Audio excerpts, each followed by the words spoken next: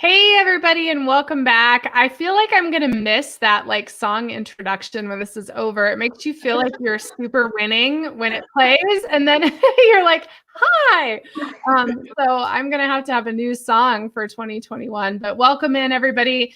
Welcome to our One Heart, One Earth Global Awakening event for November 2020. And I hope like all of you are experiencing the same bliss ride I've been on all week, being part of these presentations, being part of these guest conversations, and part of the conversations with you as well as a community.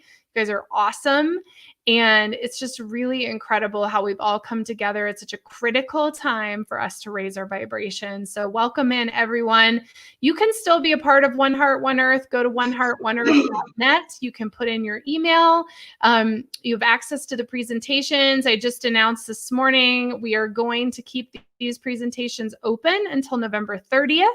So you guys have the entire month to get in there and watch all 34 pre-recorded presentations, as well as, I think it's 61 lives, 61 hours of live. So you'll have all of that to tune into as well as we continue through the month, because things are just wild. That's my new word. Everything's wild because that's what it is. So I'm very, very excited about our topic here at the 3 o'clock hour, the future of conscious youth. And we're here with Noble One. Hi, ladies.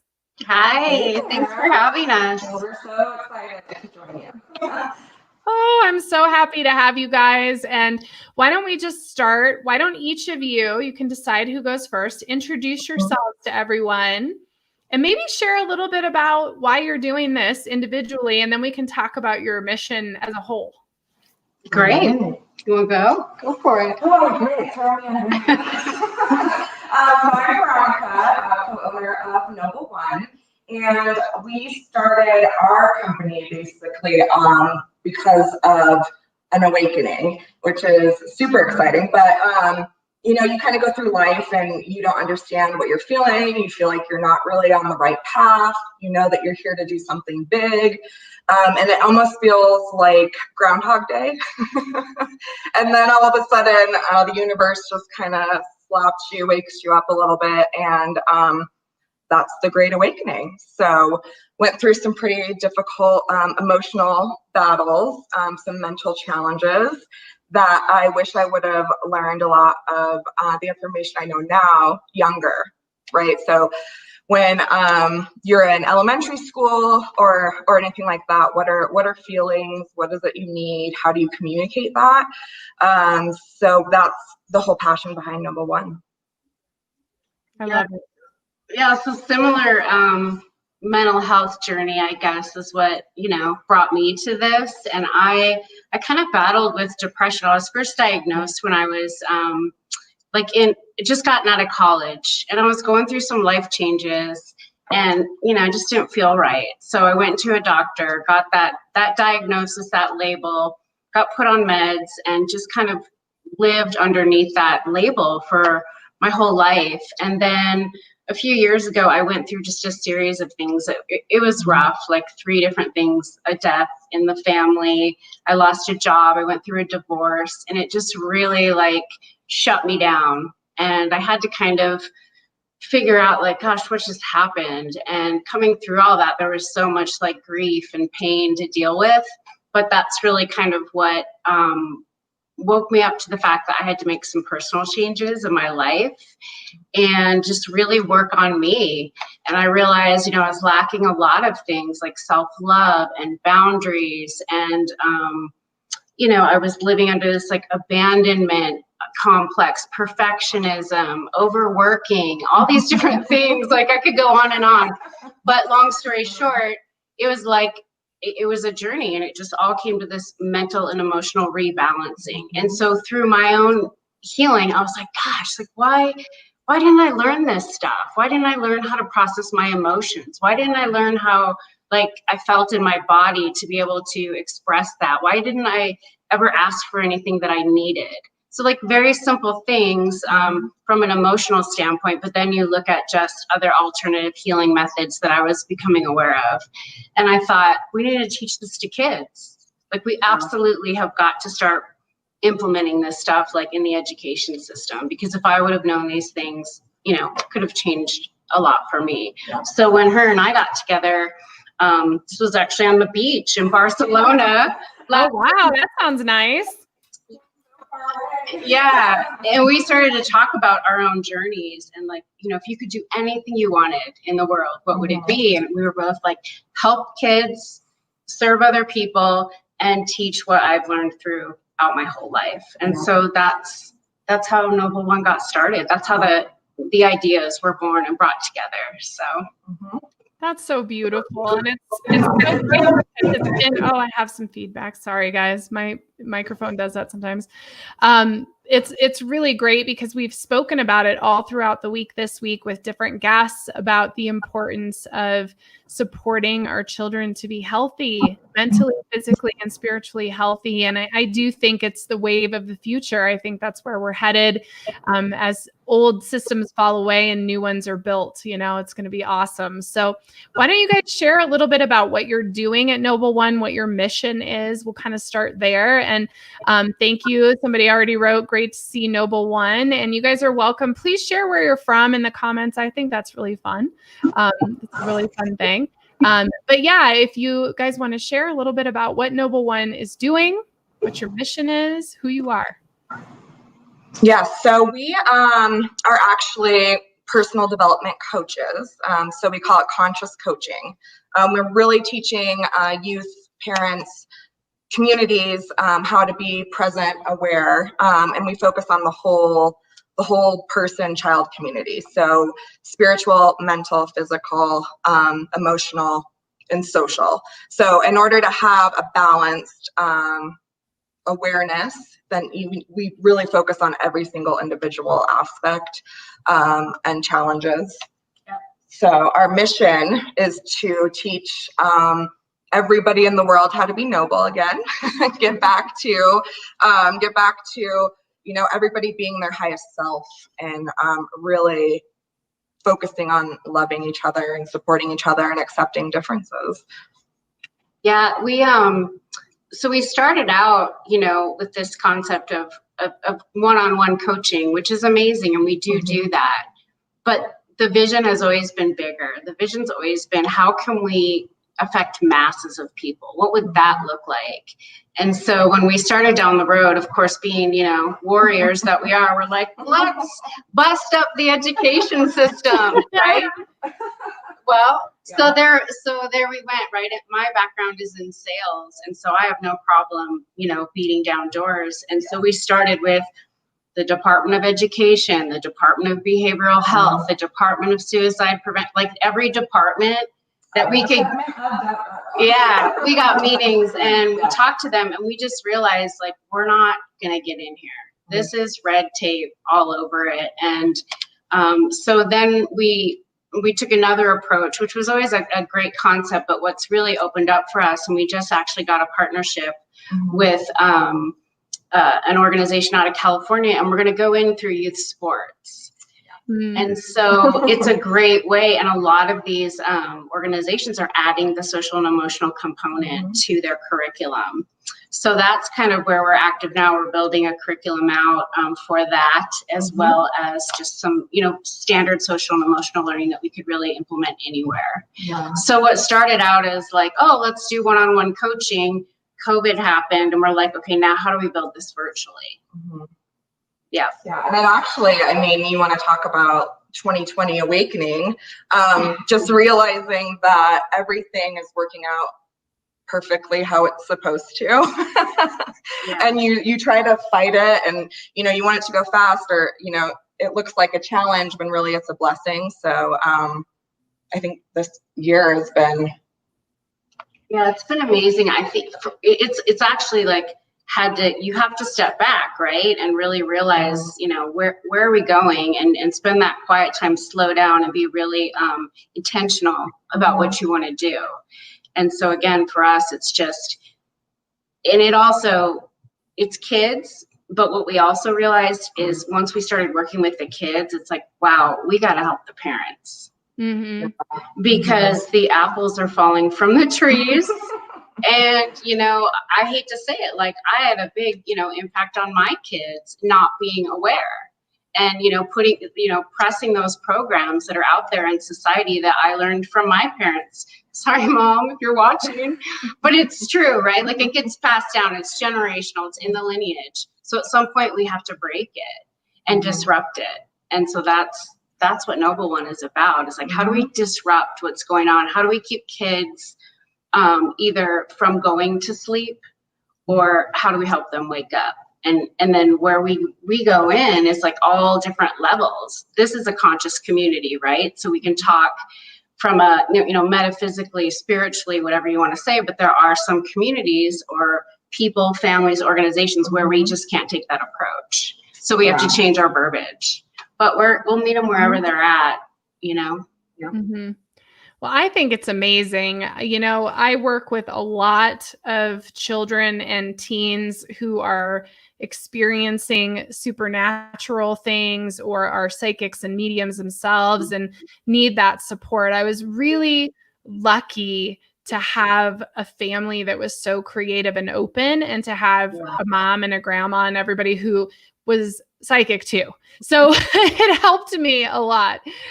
You know, I still had to learn a lot, you know, as an adult, but I at least didn't have to hide it. But, you know, children who are open, and that's pretty much all children in my opinion, and it's definitely all the children who are coming into this world now and in the future, struggle with what you're talking about, with depression and stress and fear and all sorts of things, just because they're so empathic and our world is so toxic and challenging, and the energy, you know, all these empaths walking around, they're like soaking in that energy and not sure what to do with it. And so it can manifest as these destructive emotions. So I think it's really important what you're doing and exciting. And I think the sports piece is really great. You know, I have 4 stepkids and they're all in sports at one point or another. And sports has its own stress. It has stress on the body, it has stress on the schedule. You know, they want to achieve too. So there's that stress. And so having that support is important too. And I also want to say supporting the parents is really important, because we just don't have all the tools as parents to be successful. And we shouldn't say we do. I mean, we just don't. You know, we need all the help we could get, and being able to say, listen, I want to show your child this or help support them in this way, and this is how you can support them, is probably going to help parents grow in their own inner development. Well, and I tell her all the time, I'm like, there's no such thing as a perfect parent. You know, there's gonna be situations that are gonna impact children no matter what. So you have so many adults that are actually in their lives, teachers, coaches, friends, and it really takes the whole community and the parents to push, you know, the awareness and the love and the acceptance and the understanding of what's actually going on inside. So yeah, I mean, that the second part of our name, the one, was about unity. I mean, that's Noble was about getting to that highest version of yourself, being your best self, and then one was always about unity. It's gonna take all of us, you know, the parents, the kids, the coaches, the teachers, the community, to really embrace our youth right now. It was, you know, when we thought about starting a business around mental health, it's there's so much stigma attached to that, right? And we've really had to, you know, we've changed our words at times to try to like adjust. And I'm like, why are we adjusting? Like the whole point of this is to disrupt. Like we need to be able to talk about mental health and say those words, even if it may seem scary. It's time to just break that stigma down and give kids a voice and peer-to-peer connection, so that they know they're supported and they're not alone in what they're going through. So it's just a unified movement, and we're finding and encouraged about, like, everybody that we talk to on a daily basis, we meet so many people that are carrying the torch for kids. So it's just a matter of when we finally, you know, we connect enough dots that we're all coming together on this cause. Exactly. I mean, they are the future, right? So you know, you want to give them the best opportunity possible. And I think what we're seeing, especially here, is such an increase of, you know, mental crisis. And I think COVID's gonna obviously make that even worse. You know, isolation, depression, all of that can kind of manifest in different ways, especially depending on, you know, if you're intuitive or if you're, you know, an empath and you have all this stuff going on inside that you don't understand. It can be really difficult for kids. The other thing, you might see this, Lisa, you've got, what are the ages of your kids? 8, 9, 11, and 13. Okay, that's so perfect. So you probably noticed, like, do you feel like your kids question, like, why are we learning this? Or, you know, the whole education system, I feel like it's like the kids are being a little bit rebellious. Like, why are we learning these things? Where's all the creativity that has been, you know, absolutely wrung out? There's no physical education, art, dance, movement.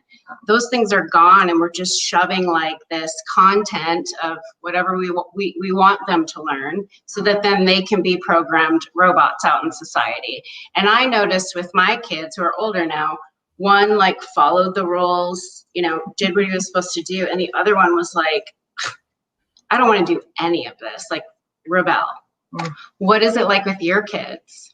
Well, I will say we are very, very lucky because our kids go to a charter school, and it's an excellent charter school. In fact, they have taken a stand to stay in person school as long as humanly possible. They are not following what the rest of the school district is doing as of Monday, which is shutting down again.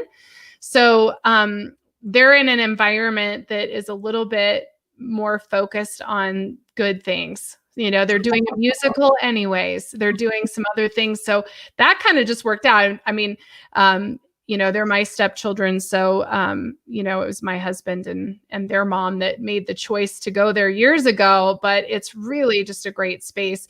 That said, yes, the oldest one, especially, some of the books she's read, they're Pulitzer Prize winning books, but there's like affairs and all sorts of things. And she's 13. So there's some interesting content that she's mentioned, like, why are we reading about this, or why would somebody do these things? And you're having to have these conversations. So yeah, I think there's definitely that. And for myself too, I mean, I think I see with them their brilliance and their creativity. And, you know, we try to support that here. But, you know, I wonder where's the quantum physics and the meditation and the yoga and the mental support and spiritual support too. So there's lots and lots of opportunity to grow. And hopefully that'll happen over the next 20, 30 years. I mean, I think that's probably what we're going to see. And you guys are part of that mission, right? I mean, that's part of the mission is making that happen. And that was actually one of my questions for you, is something you guys brought up about the COVID experiences. Even in this year, like, as you're thinking of curriculums and focus, like, what has shifted for you ladies with this mission because of folks being inside and knowing that it's magnifying some of those issues? Yeah, it's scary. I mean, the statistics came out from the Mental Health America, and they're frightening. And again, I haven't seen them on the mainstream news. I just got it in an email.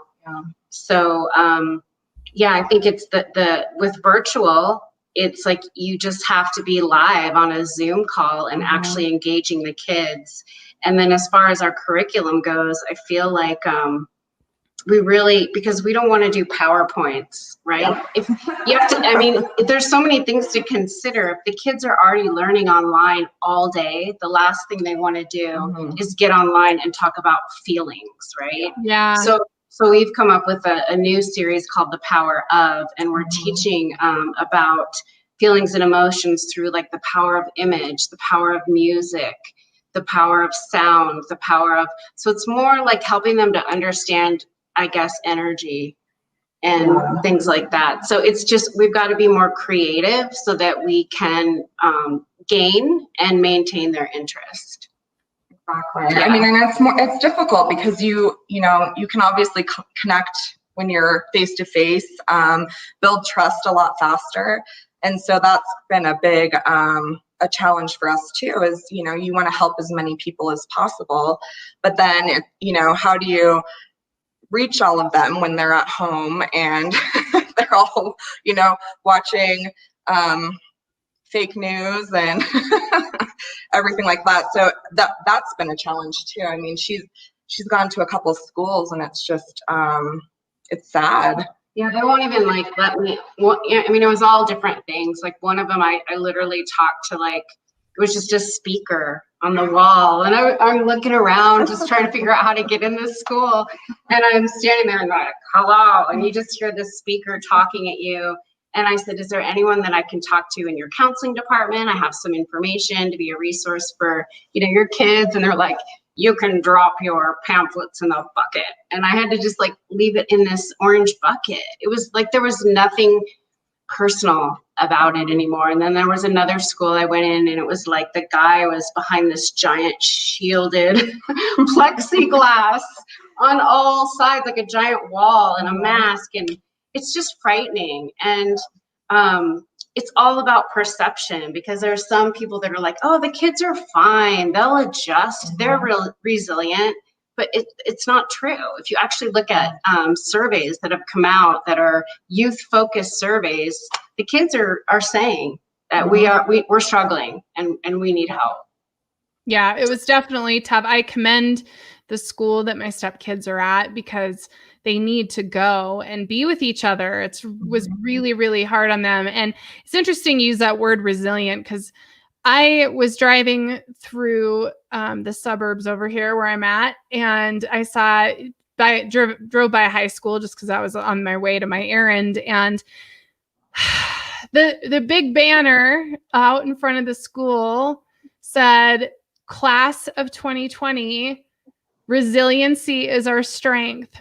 Mm. And it really upset me. I'm not going to lie. Yeah. It upset me because I thought they shouldn't have to be resilient, and this isn't something to celebrate. I mean, that's really what I felt. Talk about, my indigo was like raging, because I was like, this is not okay. Like, just because it seems like a child, I mean, we've spent how many days on lives talking about how to untangle everything that happened to us throughout our lives to this point, wherever we are and however old we are. And to see that kind of entanglement beginning so early is so stressful to me. And I trust in the path. I trust in you know, what's happening with our human experience right now. I believe that it's all exactly how it should be. So, you know, there is that, and there's something from that. But it did make me upset, because I felt like they shouldn't have to be the class of resilience. Yeah. Like, why is that even a thing?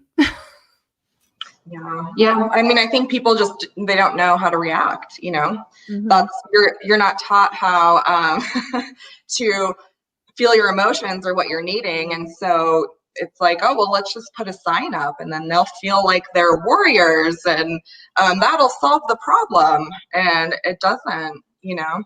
Yeah, I think one thing that we see a lot is it's just like there's so much just words, you know, pushing words and pushing paper around and pushing, especially when it had to do with, we're taking a survey and we're gathering information and we're doing a focus group, and we've put together a campaign and a blueprint, and all of it will be deployed in the next 5 years. And we're like, like, we need to help now, you know, we need what. So my question is always like, on these calls is like, what programs are you implementing now? What are you doing now? And there's nothing being done now. So, you know, I just encourage people that we took a different approach with coaching. And what was funny is I expected when we were doing our research that we would find a lot of like youth, you know, personal development coaches, and it's just not out there. There's life coaches for adults. But then that was even more exciting. Like, oh, wow, this is something that we can really develop. And coaches are like some of the most impactful people in your kids' lives. Like whether it's football, soccer, whatever their thing is, you know, your coach can make a huge difference in your life. And so that's what we want to do, build that trust and be there. If it's not for sport, it's just to help you through your challenges. Where are you right now? What are you struggling with? And how do we help you get to the place that you want to be. Mm-hmm. Well, and it's guiding too, you know, like we're here to let them decide, right? Yes. Instead of saying, don't do that, or do your homework, or don't act like that, or you should be doing this, or you should be doing that. And really it's letting them own what they want. Yeah, and take accountability. Mm-hmm. Yeah, these are the things that, you know, and I'm guilty. Like, it's easier to do things sometimes for your kids, right? Oh, just give them the money. Oh, just buy it. Oh, whatever it is, right? Mm-hmm. We've all done it. And then years later, you're like, oh, I should have, you know, allowed them to be more accountable for their own stuff. Mm-hmm. So, you know, we can make a difference there. Yeah. Yeah. Cynthia from the Morkian Collective says, wow, ladies, I'm so impressed with your work. Sending huge hugs and thank you. Aww. And the National Academy of Athletics, it's from Sonoma County, Northern California, saying hi. And thank you guys so much for watching. And I encourage everybody who's watching this now on the replay, listening to audio on iHeartRadio later. If you work with kids and you want to reach out to Noble One, you should. If you have a connection to a school or a program, reach out. I mean, I think that's really important, or if they want to help, right? I mean, you know, it's important because to your point, we may have to, I don't want to say go around the system, because it's not really what I see. It's more like go to the places that are ready for it, and the rest will follow. I do think there are places that are doing good things, and it's just a matter of who's really ready to step into that right now and support the kids. And you know, it'd be foolish to say the parents know how to do it, because we're all dealing with it too. I don't think we're any more resilient. Like, we're all dealing with this. Like, for all of us, we're in this awakening event right now because we need the support in the community. And so at least we knew to reach out, and I knew to create this, and we knew to do this. But, you know, the parents need the support as much as the kids. So, you know, it's becoming conscious of what is actually happening emotionally to everyone across the planet right now as they deal with this global event. I mean, that's truly it. What has changed for you ladies this year as you've been starting to build this mission, build your own community with Noble One? Like, what has happened with you guys, you know, as individuals and together? It's like, that's a great question. Right? Every day I'm like, I think I'm on like Kristen like 7.0, you know, in this lifetime. Like the transformation has been enormous. But I actually feel this year I'm more at peace than I ever have been in my whole life. And I think it's because I stepped into Noble One fully. Like, this has been building in my mind, and I was getting downloads of what I should be doing in the world for kids for 4 years. And I kept fighting it. You know, I stayed in my corporate job because of the fear of money. And I, you know, or I'll do it after this or after this. It's like the perfect timing, right? And that was all part of my overachieving perfectionism that I hadn't broken down yet. So when it gets ripped out from under you, then you really got to sit there and say, okay, what did I miss? Like, what messages did I miss? And we've been kind of doing that all year. Like, this is, I would say, my biggest lesson, and I'll let Veronica say hers, but mine has been every single time I try to push, which was I was in sales my whole career. So that's what you do. You drive, you go get that sale, you get, you know, you got to make your numbers. So it's a drive. So every time I've tried to do that with Noble One, it's like, I lose my creativity. It's almost like things come to a halt, and I'm like, why isn't anything happening? And then the minute I release and I just relax and I rest and I allow it to come to me, it's like the ideas explode, things start to open up. So for me, my biggest, I think, life lesson, and this year has been slow down. You got to slow down. Let it come to you. Yeah, be conscious. I mean, I think especially this year, the major lesson going around everywhere is, you know, you don't really have control of anything. you know? So it's like, you're trying to control all these aspects, like, oh, well, what do you think this is going to be like? Or do you think when I get there this week, you know, and you're worrying about all this stuff that you have zero control over. And so I think that was my biggest thing, is letting go of fear and just trusting that I'm doing exactly what I'm supposed to be doing, and everything's always working out for me, one way or the other. And the other big thing is just fear, how powerful fear is, and how you can actually control a whole society with fear. And that's scary to me. So yeah, I think those are my biggest ones this year.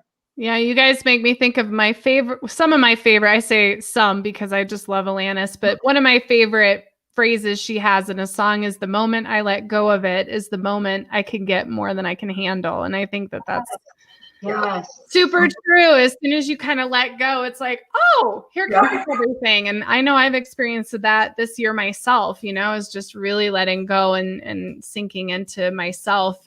It's like, okay, I guess I'm doing all these things. And that's exactly how it's supposed to be. We have a question for you guys. What do you suggest for a parent who has a 10-year-old at home who is not engaging? She does her schoolwork, but they are not allowing her to play sports or be social with her friends. Yeah, that's a tough one. She's not engaging with the family, or just not engaged in general? I don't know. We'll see if they're right. Maybe share your thoughts. We're on a slight delay, so start sharing your thoughts, and I'll break in when they have the rest. But I would say the biggest thing is to think outside of the box. You know, you can support your kids in a whole bunch of different ways, even, you know, asking her what she needs. A lot of parents don't ask. You know, what are you feeling? What are you needing? That's one of the biggest things. It's, you know, we always give out our feelings wheels. And we say, okay, so what would you be feeling? What do you need? Sometimes it's a hug. Sometimes it's a difficult conversation. Sometimes it's going on a walk, taking a drive into nature, needing to ground. So I'm guessing that she's feeling very isolated, and she's feeling very alone, and she needs to know that she has, you know, support and people that love her. Yeah, they said she is normally outgoing and she's really shutting down. So they're saying it's in general that she's not engaging with anything. Yeah, that what came up for me right away is like, and this is huge. These kids shut down because they're going through the isolation process, all the change. She's probably highly intuitive and empathic, so she's shutting down. But what we were saying at the very beginning is she doesn't know why. She doesn't know why. She doesn't know what she's feeling because no one's ever taught her how to identify that, other than like happy, sad, angry, your basics. But what we find is when you work with kids to help them really understand emotions, we have what's called the noble processing method. And it's, you know, the first thing you need to do is just understand, what are you feeling? What is the thought that's coming up for you? What are the stories that you're telling? What is the belief? And so if they can actually just sit down and help her, you know, walk through it. It's like you have to validate that they see something that, you know, isn't normal with her, but then they actually have to understand that she's feeling something that she doesn't know.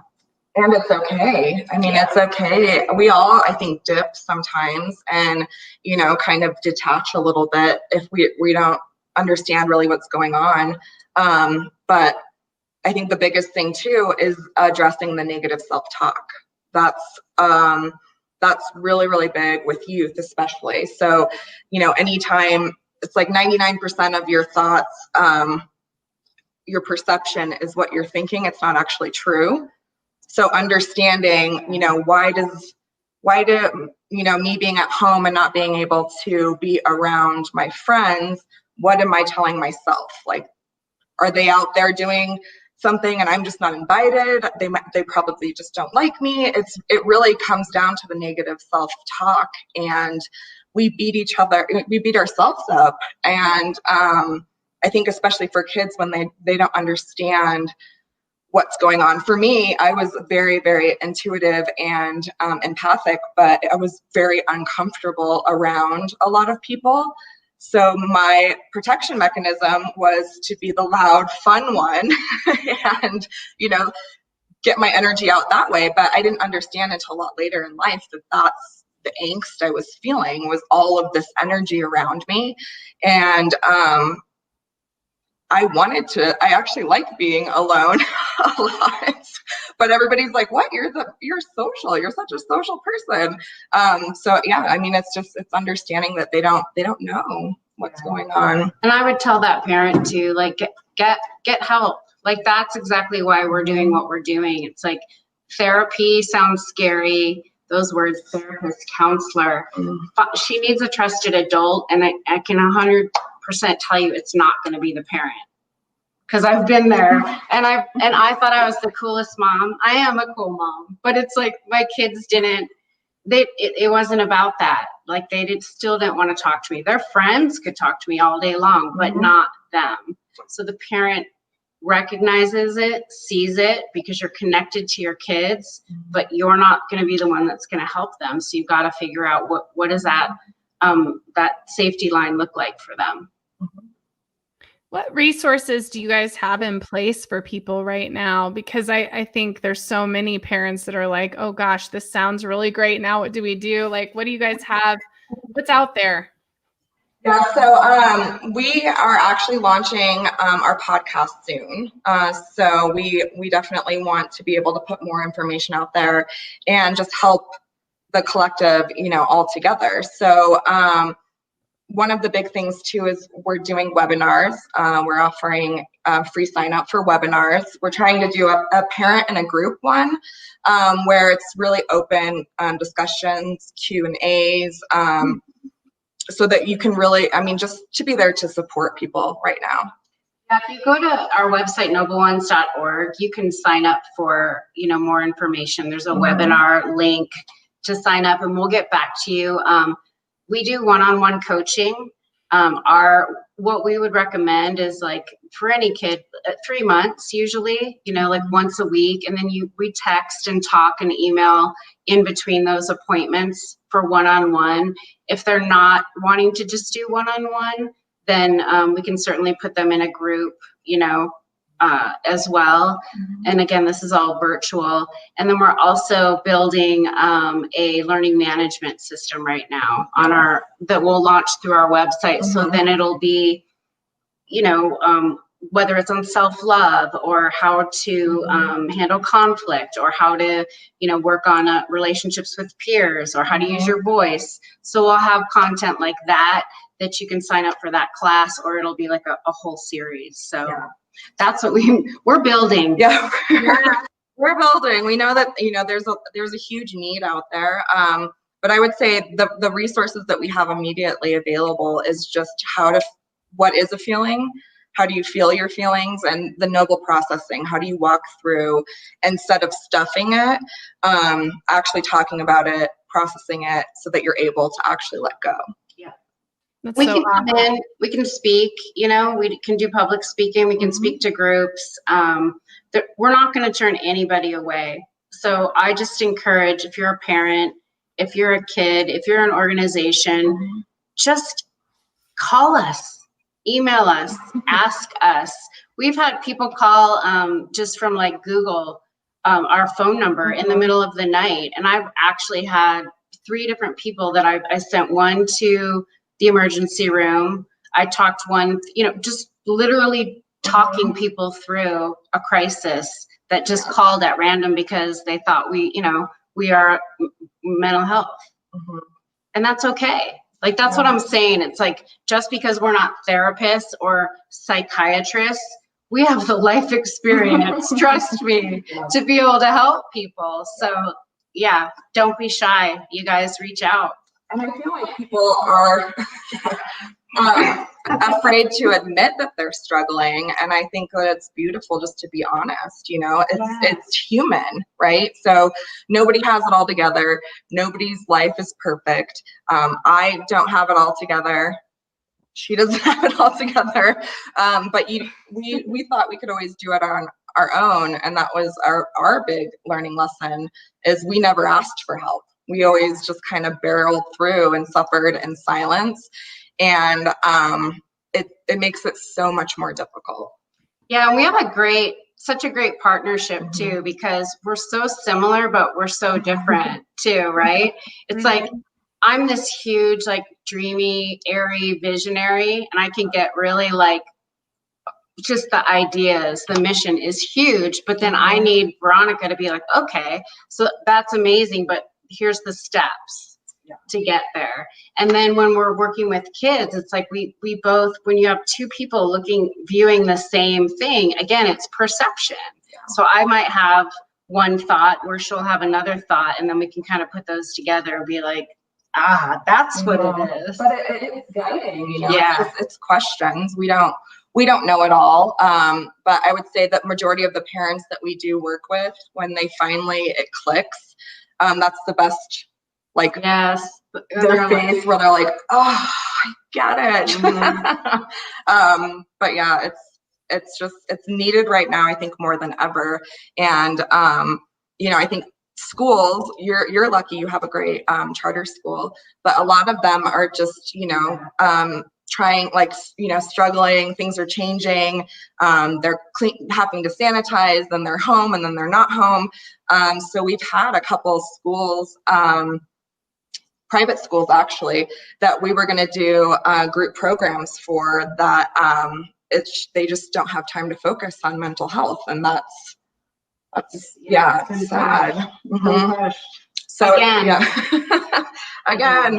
so I don't know, I think it's just time with the Great Awakening, and you know, remembering that we are human and we came here not to be robots and be put in a box, but to, you know, love each other, have compassion, learn, understand. You know, there's not one right way to do something, and she could see it differently than I do, and we don't have to argue about it. That's fine.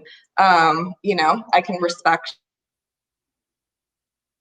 that she has her feelings and hers, and that I have mine. But that's, you know, the beauty of understanding your emotions and being able to process it. You know, why is it so important to fight about who's right, or argue about this or that? I mean, it's all coming from, you know, some kind of trauma or negative self-belief that an experience in your life has impacted you in some way. And so, I mean, even with just parents understanding their internal thoughts and emotions and reactions, kids are like sponges, especially now during the awakening. So, you know, if you're not talking about it, they can still feel it. And it does impact them. So it's all about waking up and helping everybody out. I know that the word conscious, when we were creating the business, like, it literally would not leave me alone. Conscious coaching, you know, you get these like little, and it just kept coming. I'm like, oh God, that word. It's like, are people going to understand the word, like, conscious? Exactly. And, you know, again, it just means awareness, being self-aware, being the observer. If I would have learned that one thing, like if somebody would have just given me as a kid an analogy, because I'm an overthinker, to be able to step out of myself and watch, like, observe, what are you actually doing? You know, just that alone would have made a huge difference. That's awareness. That's consciousness. So just planting little seeds with the kids, with the parents, with the communities. That's what we do. It's so awesome. And, you know, of course, Noble One is up on the presenter page as well at oneheartoneearth.net. And you guys have a video presentation. Do you want to share anything about that for folks who have not yet watched it? Yeah, we actually did an example of one of our Power Of series about images. And so when we say that we're disruptors, we really are just doing things completely different. We don't like PowerPoints. We don't like ordering kids, you have to feel this, or this is what this is. And it really is just taking it back to the basics of your intuition and your feelings. If you see a picture that's very dramatic, what does that make you feel? Talk about that. And I think busyness and fear blocks a lot of that. And so the example is fun practice for sure. We also touched on what you mentioned about the kids that are coming in now, that are being born now. They're more conscious beings. They're coming in at a higher consciousness level. So those kids coming into the chaotic energy that's around now, you're going to see and this because you're psychic and you've grown up, they're going to be seeing things, that imagination, and we don't want to shut that down. Like, that's a superpower. Exactly. So if we can get parents to understand what consciousness, intuitive, psychic abilities are, and then we can help foster that in the kids. I think, we mentioned that too, that the kids that are shutting down or the kids that are anxious, those are also symptomatic of psychic abilities. We know that, right? But we don't talk about that. But it's definitely highly linked. So we mentioned that a little bit in the video too, just to be aware of some of that. Not to run your kid to the doctor to get them on meds. Let's dig in a little bit. Love it. Love it. And I love you ladies. And I think what you're doing is just amazing. It's thank you. Amazing. I mean, it really is. It's so needed. We need to support our kids. And you're right. Like, as parents, like, we're totally guilty of not doing all the right things. So it helps to have support and tools and resources that we can also, lean into to be able to support our kids in the best way that we possibly can. So I'm really happy you guys are a part of this. Thank you for being a part of this week and this event and doing the work that you're doing. Thank you. It's been amazing. I've gone on to watch quite a few of the facilitators, and I think what it makes you realize is we all do have a purpose here. And, we really want to bring that forth in the youth so that they can find it sooner, not get stuck in the system and, we have to go through what we did, these really like intense awakenings. Let's just start to point them in the direction of their purpose. And all the presenters this week, it's like you just see all these different healing modalities and you just know that they're on their path. And that's what we want to do, is help these kids to find their noble path. And we're just grateful to be able to share our story and our mission and be a part of the school. Whatever you need, just let us know. It really is a movement. So we're trying to make the Noble One community, but also, down the road when you see somebody in a Noble One shirt, that you can go talk to them, that they have your back and you have an outlet, because that's definitely why we're here. So we appreciate you letting us present. Well, yeah. And I hope you come back next year and we can talk more about what you're doing and what happens in 2021 and beyond. And just thank you so much, ladies. This is so wonderful. And everybody's got thank yous in the audience, and awesome. And we'll be back in 9 minutes with Julie Hoyle talking about living in alignment. Boy, we love Julie. And she's just a grounding force for all of us, for sure. And thanks again, ladies, and everybody out there. We'll be back soon. Yeah. Thanks. Love you. Bye.